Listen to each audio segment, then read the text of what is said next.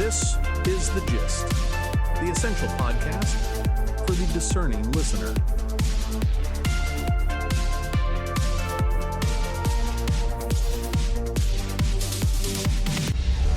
Welcome to The Gist. It is Saturday, August the 22nd, 2026. I'm John. And I'm Mary. We are your smart friends on the go. Every day we cut through the noise to show you how the world really works. We look at who benefits, who loses, and why. Let's start with the Gist view. Today's big story is a massive breakdown in North American trade. United States-Canada trade talks just collapsed. It started over a very narrow dispute. The United States wanted to put tariffs on Canadian medium and heavy-duty trucks. Washington then escalated. They hit $20 billion of Canadian goods with a 50% tariff. They went right for the cultural classics too. The tariffs target things like alcohol and hockey skates. Bloomberg and the Wall Street Journal report Ottawa did not blink. Canada's federal government announced immediate retaliatory tariffs on United States goods. This highlights the fatal flaw of managed trade. Politicians often want to shield one highly concentrated industry. In this case, it is American truck makers. Why? Because protecting that industry delivers very focused political capital. But there is a cost. To protect those truck makers, everybody else gets taxed. American exporters lose out. Everyday shoppers pay more at the retail counter. Exactly.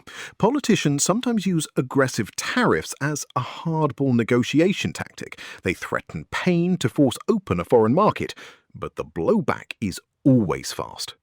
And trade wars rarely stay fair or proportional. Politico Europe notes Canada has a specific playbook for this. During past border disputes, Canada surgically targeted its counter-tariffs. They aimed right at the home districts of key United States lawmakers. They want to maximize the electoral pain. It is classic power dynamics. Politicians trade broad economic health for narrow political wins. Let's move to the global overview. We are seeing major pushback against the artificial intelligence boom right here in the United States. That is right. Artificial intelligence requires huge data centers. Those centers require massive amounts of electricity. Now, local power grids are maxing out. According to Politico Europe, Republican leaders in Texas, Mississippi and Ohio just hit the brakes. They blocked $130 billion in artificial intelligence infrastructure projects in the first quarter alone. Local leaders are protecting their own power supplies over tech expansion. Speaking of domestic pressure, let's look at Iran. The Wall Street Journal reports a surprising shift in tone from Tehran. Iran's president and parliamentary speaker are actively pushing to end their current conflict. They desperately need to fix their failing economy. It shows how acute domestic financial stress forces leaders to be practical. They need cash flowing again to keep their grip on power. Contrast that with Russia. Moscow still has enough of an economic buffer to keep pushing its wartime agenda. Finally, a massive demographic shift is hitting United States colleges. Bloomberg reports that high school graduates will drop 13% between 2025 and 2041. That is a rapidly shrinking pool of customers. Colleges are scrambling. To attract students, public four-year universities have actually dropped their inflation-adjusted tuition by 7% over the last decade. They are forced to restructure just to survive. The financial resource flow is simply drying up. Now, for the European perspective. In Italy, a tragic story is creating a massive legal shift. An infant girl in Palermo, Anna Rosa Bartolotta, recently died from diphtheria. She was completely unvaccinated. Her parents had explicitly refused the shots. Il Sole 24 Hour reports the authorities are now prosecuting the parents for manslaughter. In the Italian legal system, that is called omicidio colposo. People often debate medical choices, but Italy is changing the rules. By choosing a manslaughter charge, they are treating pediatric medical neglect exactly like active physical endangerment. It is a major shift in legal liability.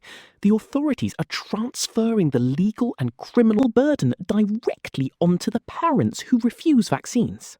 Over in Russia, President Vladimir Putin just spoke at a congress for United Russia. That is the dominant conservative political party, heavily tied to him. According to the German network ZDF, Putin demanded total national unity for the war in Ukraine. He stated that military victory depends heavily on the civilian workforce. He is structurally linking domestic labour directly into the military machine. He needs every resource pointed at the front lines. Meanwhile, French President Emmanuel Macron just announced new support for Ukraine. Euronews reports France is sending new interceptor missiles to defend Ukrainian airspace. This forces a direct financial drain on Moscow. Every new interceptor means Russia has to burn through more capital and more munitions just to maintain their aerial pressure. So, what is the temperature today? We are seeing the limits of endurance everywhere. Artificial intelligence is hitting a hard ceiling on local energy grids. Global trade is fracturing under local political pressures. And in Europe, legal and military battle lines are being aggressively redrawn. It is all about who controls the bottlenecks, whether that bottleneck is truck manufacturing, electricity, or even classroom seats. That is the gist for Saturday, August 22nd.